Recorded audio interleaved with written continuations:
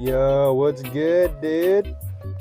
We are replacing a tub shoe today, or a tub drain strainer, however you want to call it.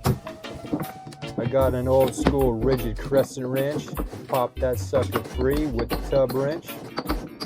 We're gonna unthread this guy out, remove it, clean it up, man.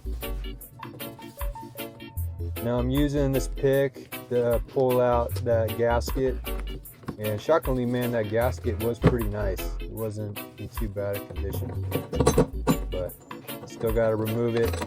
And I'm removing the overflow to kind of just loosen up underneath, so I have a little bit more play to get the new gasket underneath. We're gonna get this guy threaded in, get it set, turn it in.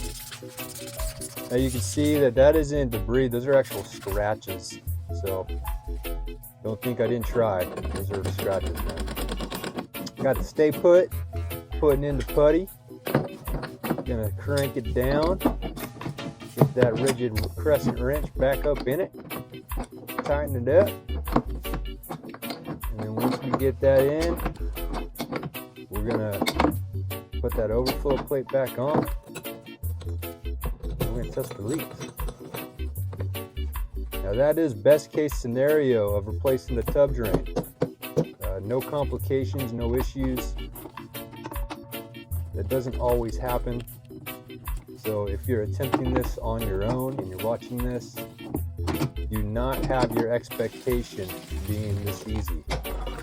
Expect things to go wrong. And if it goes right, amen. If it goes wrong, no stress.